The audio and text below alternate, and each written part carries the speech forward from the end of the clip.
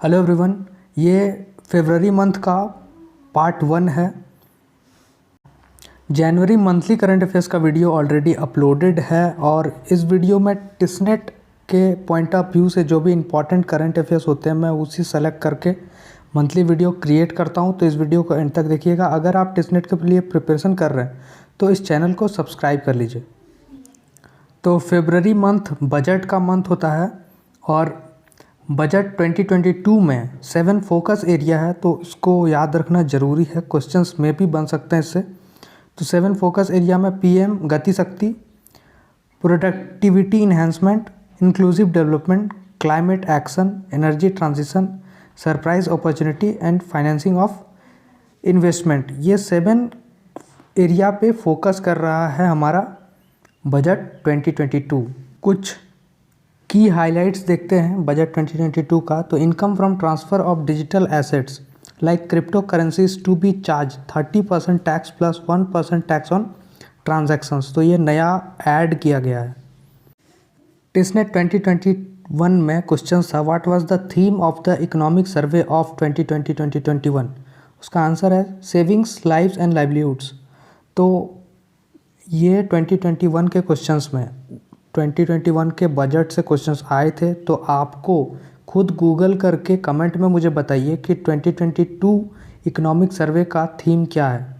और 2021 में पूछे गए सभी जीके क्वेश्चंस का वीडियो देखने के लिए ऊपर आई बटन पे क्लिक करें। नेशनल टेली हेल्थ प्रोग्राम ये लॉन्च किया गया है। ये इस प्रोग्राम में national digital health ecosystem will be rolled out. It will consist of digital registers of health providers and health facilities. मतलब कि डिजिटली पूरे डाटा को स्टोर करने का और उसको यूज़ करें हम लोग हेल्थ प्रोवाइडर और हेल्थ फैसिलिटीज़ का। इसके लिए एक national tele health programme launch किया गया। रेलवे में PM Gati Shakti plan, one of the 4 pillar of growth,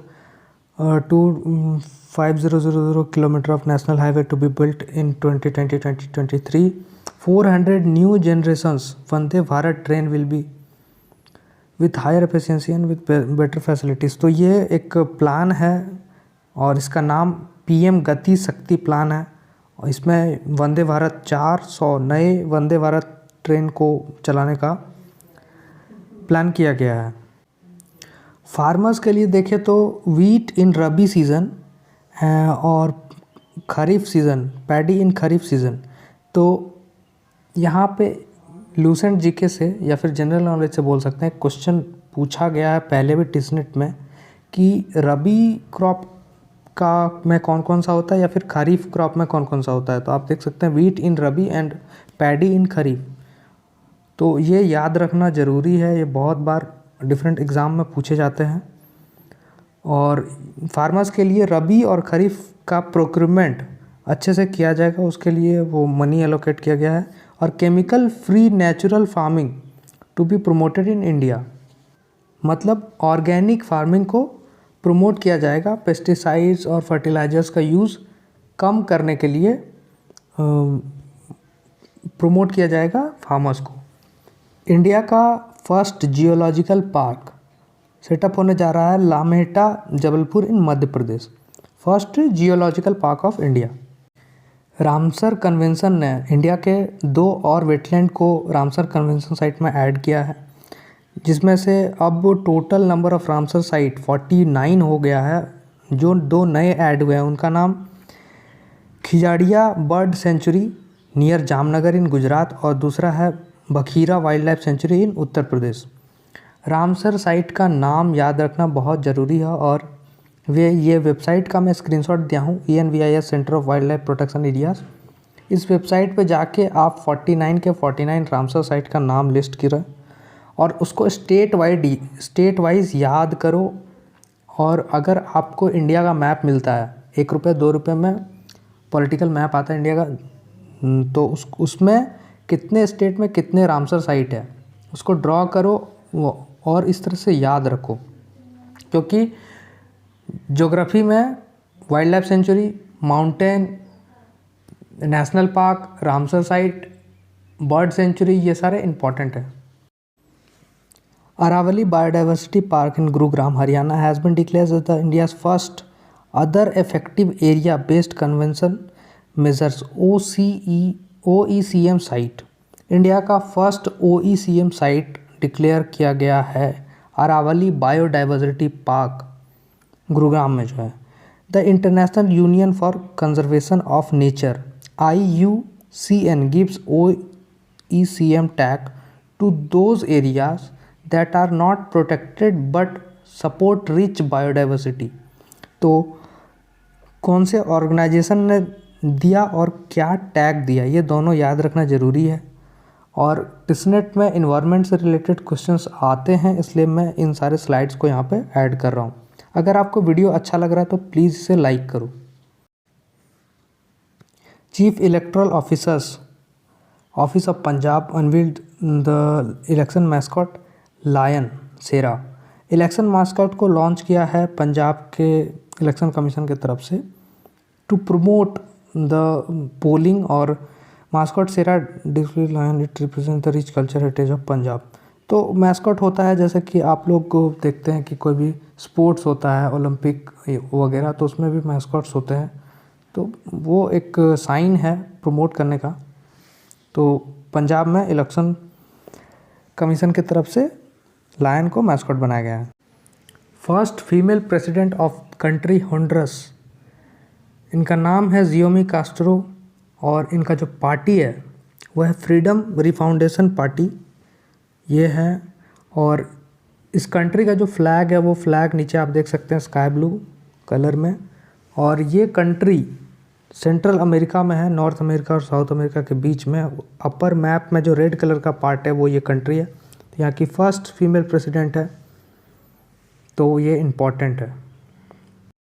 Meta has partners with industry body the FICCI, और इस पार्टनरशिप का मोटिव है she means business under its she means business programme in partnership with Wiki empowering the great initiative 50 women जो है जो economy में contribute करना चाहती है, जो तो उनको प्रमोट करने के लिए, उनको एम्पावर करने के लिए मेटा फेसबुक जो कंपनी है उसी का नाम अब मेटा हो गया है, क्योंकि मेटा ग्रुप के अंडर आता है फेसबुक, इंस्टाग्राम, व्हाट्सएप। तो मेटा अब पार्टनर किया है फिक्की से प्रमोट करने के लिए।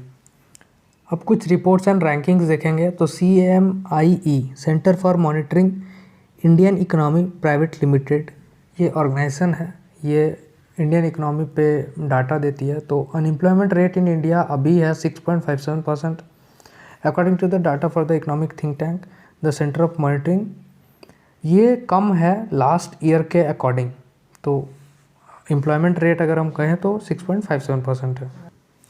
India's list in the number of micro small medium enterprises MSME owned by entrepreneurs from the schedule caste, मतलब कि MSME जो शेड्यूल कास्ट ओन करते हैं उसके लिस्ट में महाराष्ट्र ने टॉप किया है, जिसमें 96,805 इंटरप्राइजेस है। तमिलनाडु सेकंड नंबर पे है और राजस्थान थर्ड पे।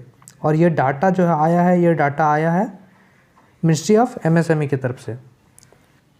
इंडिया प्रेस फ्रीडम रिपोर्ट 2021, ये रिपोर्ट आया है released by the right and risk analysis group ने इस रिपोर्ट को पब्लिश किया है। और इसमें जो की पॉइंटर्स है वो ये है कि 13 media houses and newspapers were targeted in country, 108 journalist were attacked and 6 journalist were killed. इस रिपोर्ट का जो डाटा वो कहता है Jammu Kashmir, Uttar Pradesh, Madhya Pradesh, Tripura topped the list of state and union territories where journalist and media houses were targeted in 2021। मतलब ये सारे states में जर्नलिस्ट का पोजीशन बहुत ही ख़राब है और यहाँ पे ज़्यादा टारगेट किए जाते हैं। ब्लूमबर्ग बिलियनियर्स इंडेक्स के अकॉर्डिंग गौतम अडानी का जो वेल्थ है वो ज़्यादा हो गया है मुकेश अंबानी से, 88.5 बिलियन और Mukesh Ambani 87.9 billion. India's richest person जो हुए थे वो 8 फरवरी को। Globally Elon Musk was named after as the world's richest person with the total net worth of $235 billion. Jeff Bezos with a total net worth of $183 billion and Bernard Allnut with a total net worth of $186 billion. अब कुछ awards देख लेते हैं, awards and recognitions. तो national human right commission NHRC ने recognise किया है एक Telugu short film street student by Akula Sandeep, और इसमें राइट टू एजुकेशन के बारे में बताया गया था। Lawrence world breakthrough of the year award ये गया है Tokyo Olympic gold medallist Neeraj Chopra को नॉमिनेट किया गया था इस अवार्ड के लिए। स्टैचू ऑफ इक्वलिटी को सेटअप किया गया है, और ये स्टैचू वक्ती सेंट रामानुजाचार्य का है, और इसको 5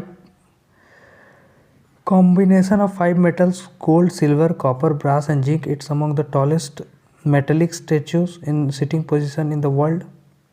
The 216 feet tall statue of equality is mounted on a 54 feet high building base called वंद्रा वेदी।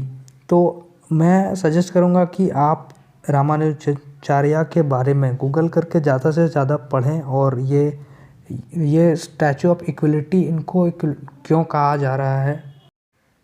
अब कुछ बुक्स एंड ऑथर्स देखेंगे। तो अटल बिहारी वाजपेयी बुक है author by Sagarika Ghosh, has been launched as a biography of former prime minister of India. Sagarika Ghosh is a journalist. Kiran Bedi के तरफ से book आया फियरलेस गवर्नेंस। किरण बेदी के बारे में आप सब जानते होंगे, first female IPS of India है। ये बुक है आकाश कंसल के तरफ से, मैनेजमेंट प्रोफेशनल हैं। बुक का नाम है the class of 2006 sneak peek into a adventurous of great Indian engineering life. और ये बंदा FMS से MBA किया है। तो आप इसके बारे में और भी सर्च कर सकते हैं लिंक्डइन में जाके। अगर आपका लिंक्डइन में प्रोफाइल नहीं है तो प्रोफाइल बनाओ, वो भी इम्पॉर्टेंट है। A short biography of an Indian athlete Neeraj Chopra है titled golden boy Neeraj Chopra, और इसको ऑथर्ड किया है sports journalist sports author Navdeep Singh Gill ने। तो ये था फरवरी मंथ का पार्ट 1। आई थिंक मैं जितना भी मई से लेके फेब पार्ट 1 तक जितना भी करंट अफेयर्स अपलोड किया हूँ वो आपको रिवीजन के लिए बेनिफिशियल होगा। तो आप सारे वीडियोस को देखो, क्योंकि ये टिस्नेट पॉइंट ऑफ व्यू से मैं सारे क्रिएट किया हूँ। जितना भी करंट अफेयर्स में चूज़ करता हूँ इसमें, तो उसे पूरा देखो। 26 को एग्ज़ाम है, तो ऑल द बेस्ट सबको। अच्छे से एग्ज़ाम अपेयर करो, और अभी भी रिवीज़न के लिए टाइम है। करंट अफेयर्स रिवाइज़ करो, जितने भी हैं, जिस भी सोर्सेज से नोट्स प्रिपेयर किए हो उसको रिवाइज़ करो। अब रिवीजन का वक्त है। और अगर व्हाट्सएप ग्रुप में ऐड नहीं हो तो ऐड हो जाओ। कुछ कन्फ्यूजन्स है तो वहाँ आके आप अपने सारे एस्पिरेंट से पूछ सकते हो। अगर मुझसे कुछ पूछना है, कुछ क्वेरी है, तो मुझे मेरे सोशल मीडिया इंस्टाग्राम या फिर फेसबुक पे करियर कोच शुभम सर्च करके आप मुझसे कुछ भी पूछ सकते हो। इस वीडियो को लाइक करो, और अगर इस चैनल पे नए हो और टिस्नेट